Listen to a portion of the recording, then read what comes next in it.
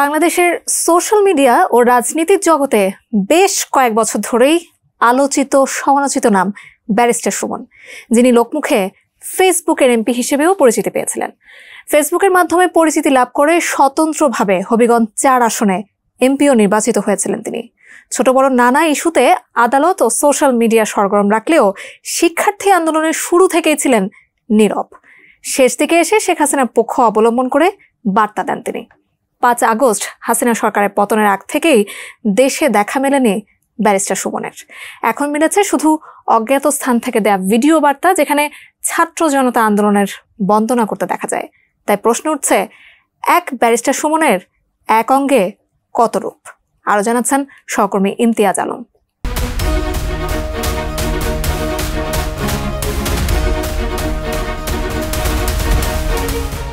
পেশায় একজন ব্যারিস্টার, তার নাম সৈয়দ সাইদুল হক সুমন। বিভিন্ন সামাজিক সমস্যায় ফেসবুকে এসে লাইভ করে পরিচিতি পান তিনি। আওয়ামী লীগের রাজনীতির সাথে জড়িত থাকা ও পেশায় আইনের লোক হওয়ায় সংশ্লিষ্ট কর্তৃপক্ষের সাথে যোগাযোগের মাধ্যমে সমস্যা সমাধানের পথ বের করায় অল্প সময়েই জনপ্রিয়তা পেয়ে যান তিনি।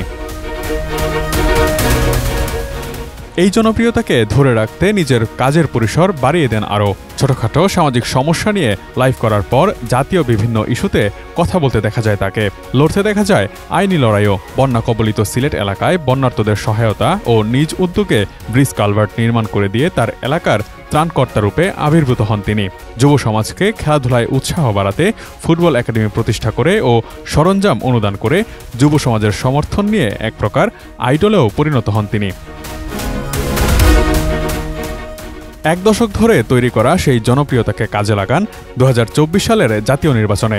প্রধান বিরোধী দলগুলোর বয়কট করা সেই নির্বাচনে স্বতন্ত্র প্রার্থী হিসেবে হবিগঞ্জ ৪ আসনে আওয়ামী লীগের মনোনীত নৌকার হেভিওয়েট প্রার্থী অ্যাডভোকেট মাহবুব আলীকে পরাজিত করে বিজয়ী হন। যদিও তাকে আওয়ামী লীগের বাইরের কেউ মনে করেনি সাধারণ জনগণ ও রাজনৈতিক বিশ্লেষকরা, কারণ শেষ নির্বাচনে স্বতন্ত্র প্রার্থীদের আওয়ামী লীগেরই ডামি প্রার্থী বা বি টিম হিসেবে বিবেচনা করা হয়।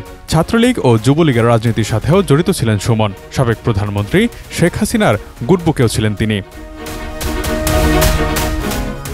ছোট বড় অনেক ইস্যুতে ব্যক্তিগত ও পেশাগত দিক থেকে সরব থাকলেও সাম্প্রতিক শিক্ষার্থী আন্দোলনের বিষয়ে শুরু থেকেই মুখে কুলুপ এঁটেছিলেন ফাটাকেষ্ট খ্যাত ব্যারিস্টার সুমন। আন্দোলনে তার অবস্থান নিয়ে তার সমালোচনা যখন তুঙ্গে, তখন তিনি শিক্ষার্থীদের আন্দোলন ১ মাসের জন্য স্থগিত রেখে ঘরে ফিরে যাওয়ার আহ্বানও করেন। তবে ততদিনে জল গড়িয়ে যায় অনেক দূর।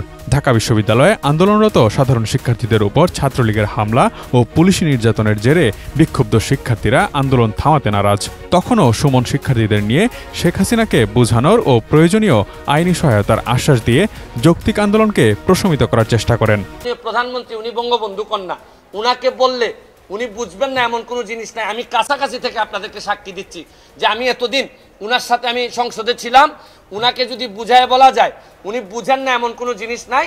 তবে আমার কাছে মনে হয় যে প্রক্রিয়ায় আপনারা আদায় করতে চাচ্ছেন এই প্রক্রিয়াটা আপনাদের সঠিক না। আপনাদের কাছে আমার দাবি 1টা মাস সময় আপনারা স্থগিত করেন।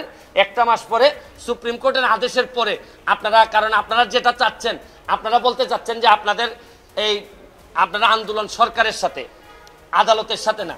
কিন্তু আপনাদের এই আন্দোলনের যেটা চান আপনারা, এটা যদি আদালত থেকে আসে তাহলে তার আপনাদের আন্দোলন করার দরকার পড়ে না।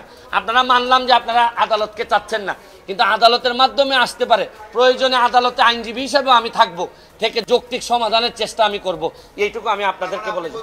সবশেষ শিক্ষার্থীদের দাবি যখন এক দফা তথা শেখ হাসিনার পদত্যাগে রূপ নেয়, তখন ব্যারিস্টার সুমন কোনো রাগ ঢাক না রেখেই আমার নেত্রী শেখ হাসিনা উল্লেখ করে তাকে ক্ষমতায় ধরে রাখতে যা যা করণীয় তা করবেন বলে প্রত্যয় ব্যক্ত করেন। একই সাথে শেখ হাসিনার পদত্যাগ দাবি করা আন্দোলনকারী শিক্ষার্থীদের জামাত বিএনপি বলে অভিহিত করেন। কিন্তু এরা তো জানে না, এরা আবেগ প্রবণ কইরা কোথায় দেশটারে নিয়ে যাচ্ছে। কালকে যদি শেখ হাসিনা যদি না থাকে, পরশুদিন কি আপনি তারেক জিয়ার আইন দিবেন? আপনি কি কারে দিবেন? এই যে 14 জন আর 100 জন সমন্বয়ক আছে, তারা এসে ক্ষমতা নিক, তারা তো ক্ষমতা নিতে পারবে না। তারা কার কাছে নিয়ে ক্ষমতা দিবে এইটাই তো আমি বুঝতে পারি না। তারা ক্ষমতাটা নিয়ে কার কাছে দিবে ক্ষমতা বলুক যে আমি অমুকটা দিব। 14 জন বা 150 জন সমন্বয়ক যারা আছে, যারা দাবি করতেছে যে তারা এই দেশটারে রাষ্ট্রের সংস্কার করতে চায়, তাহলে তারা এসে বলুক তারা মন্ত্রী হইতে চায় বা তারা ক্ষমতা নিতে চায়। কিন্তু আমরা তো বুঝতেছি তারা আইসাই যেটা করবে এটা হচ্ছে কি লাথি মেরে এদেরকে, যারা আজকে যদি এই সরকারের পতন হয় কালকেই এই সমন্বয় একটা লাথি মেরে বের করে দিবে, দিয়া জামাত এবং বিএনপির যারা এই ষড়যন্ত্রটা করে এই জায়গা পর্যন্ত আসছে এরাই এই দেশের দায়িত্ব নিবে, নিয়ে এই দেশটারে আগের 50 বছর আগের জায়গায় নিয়ে যাবে, কারণ এদের রক্তের মধ্যেই বাংলাদেশ নাই। Thank you. 100% কপার কন্ডেন্সারে তৈরি ভিশন ফ্রিজ, তাই গুণে মানে অটুট থাকে বছরের পর বছর। একই সাথে আওয়ামী লীগ নেতাদের দেশ থেকে গুঞ্জনের মধ্যেও দম্ভ নিয়ে আওয়ামী লীগের শক্তি সম্পর্কে ধারণা নেই এমন মন্তব্য করতে থাকেন। ব্যারিস্টার সুমনের দেশ থেকে গুঞ্জনের বিষয়ে তিনি বলেছিলেন, একমাত্র দুরারোগ্য ব্যাধির চিকিৎসা যা বাংলাদেশে নেই এমন অবস্থা ছাড়া ব্যারিস্টার সুমন দেশ ত্যাগ করবে না। কিন্তু বাস্তবে দেখা গেল 5 আগস্ট শেখ হাসিনার দেশ ত্যাগের আগেই দেশ ছেড়েছেন তিনি। আমি কোনোভাবেই এই দেশ ছাড়বো না, এই দেশ আমার। দেশ ছাড়বো তো আমি কখন, যদি আমার এমন কোনো অসুখ হয় যেটা দেশে কোনো এই রোগ দেশে কোনো চিকিৎসা নাই, তাতেও আমি মনে করি মৃত্যু তো হবেই, দেশটাতে হওয়ার মতো শান্তি আর কোনো কিছুতে আমি পাই না। অবশেষে আত্মগোপনের থেকে আবারও মুখ খুললেন আলোচিত এই ব্যারিস্টার। তিনি শুরু থেকে কোটা সংস্কার আন্দোলন বা বৈষম্য বিরোধী আন্দোলনের সঙ্গে ছিলেন বলে দাবি করছেন। একই সঙ্গে তিনি শিক্ষার্থীদের সঙ্গে থাকার বিষয়টি বোঝাতে পারেননি জানিয়ে দুঃখ প্রকাশ করেছেন। সোমবার রাতে ফেসবুকে অজ্ঞাত স্থান থেকে একটি ভিডিও বার্তা দেন ব্যারিস্টার সুমন। সেখানেই তিনি এসব কথা বলেন। তবে ভিডিওতে তার অবস্থান সম্পর্কে কোনো তথ্য দেননি সাবেক এই সংসদ সদস্য। শুরু করিতেছি মহান আল্লাহর নামে, যিনি পরম করুণাময় এবং অত্যন্ত দয়ালু।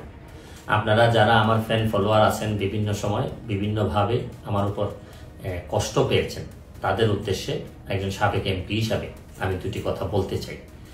আমি আপনাদের এই সংস্কার, কোটা সংস্কার যে আন্দোলন, এই আন্দোলনে বা বৈষম্য বিরোধী ছাত্র আন্দোলন, এই আন্দোলনে কোটা সংস্কারের জন্য আমি সবসময় আপনাদের সাথে ছিলাম এবং এটাতে যারা আহত নিহত হয়েছেন তাদের পক্ষেও, এই বিচারের পক্ষেও আমি ছিলাম। কিন্তু আমার ব্যর্থতা হচ্ছে কি, আমি আপনাদেরকে বুঝাইতে পারি নাই।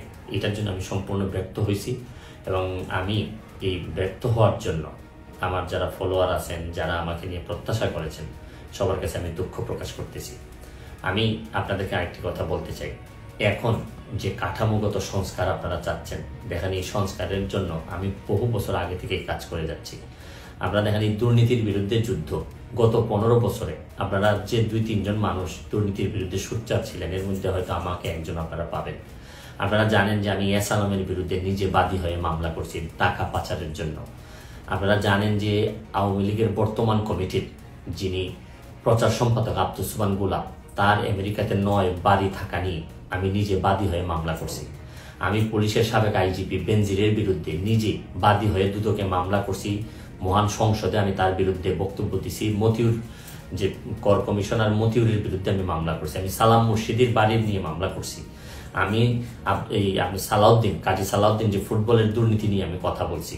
ওসি মুয়াজ্জেমের বিরুদ্ধে আমি নিজে মামলা করছি, করে তার 8 বছরের সাজা হয়েছে ডিজিটাল নিরাপত্তা আইনে। আপনারা জানেন যে জীবনে যত ঝুঁকি ছিল, আপনারা জানেন যে এই কোটা আন্দোলন শুরু হওয়ার 2 সপ্তাহ আগে আমি প্রেস কনফারেন্স করে বলতে বাধ্য হয়েছি, আমি জিডি করছি যে আমার জীবনের উপর হুমকি আছে এইসব দুর্নীতির বিরুদ্ধে প্রতিবাদ করতে গিয়ে। সুতরাং আমি এই যুদ্ধে সবসময় চেষ্টা করছি। এখন আপনারা যারা যে যুদ্ধ শুরু করছেন, ছাত্র জনতার নেতৃত্বে যে যুদ্ধ, এই যুদ্ধে আমি মনে করি যে দুর্নীতির বিরুদ্ধে যুদ্ধ, এই যুদ্ধে আমি আপনাদের সবসময় আমি আপনাদেরকে দোয়া করি যে আমি যতদিন আসি চেষ্টা করে যাব দুর্নীতির বিরুদ্ধে এই যে যুদ্ধ, এই যুদ্ধে সবসময় শরীর থাকার আমার জায়গা থেকে আমি চেষ্টা করব। এই বলে আজকের মতো বিদায় নিচ্ছি। ভালো থাকুক আমার বাংলাদেশ, ভালো থাকুন সবাই। ধন্যবাদ। সাম্প্রতিক সময়েও বর্তমান অন্তর্বর্তীকালীন সরকারের প্রধান উপদেষ্টা ডক্টর মোহাম্মদ ইউনূসের কঠোর সমালোচনা করা ব্যারিস্টার সুমনের ক্রমপরিবর্তনশীল এমন বক্তব্যকে আর সহজভাবে নিচ্ছেন না নেটিজেনরাও। এখন গণ অভ্যুত্থানের পক্ষে অবস্থান নিয়ে দেয়া এসব ভিডিও বার্তাকে নতুন স্ট্যান্টবাজি বলেও মন্তব্য করছেন অনেকেই। একই সাথে রম্য করে প্রশ্ন উঠছে ব্যারিস্টার সুমনের একই অঙ্গে কত রূপ।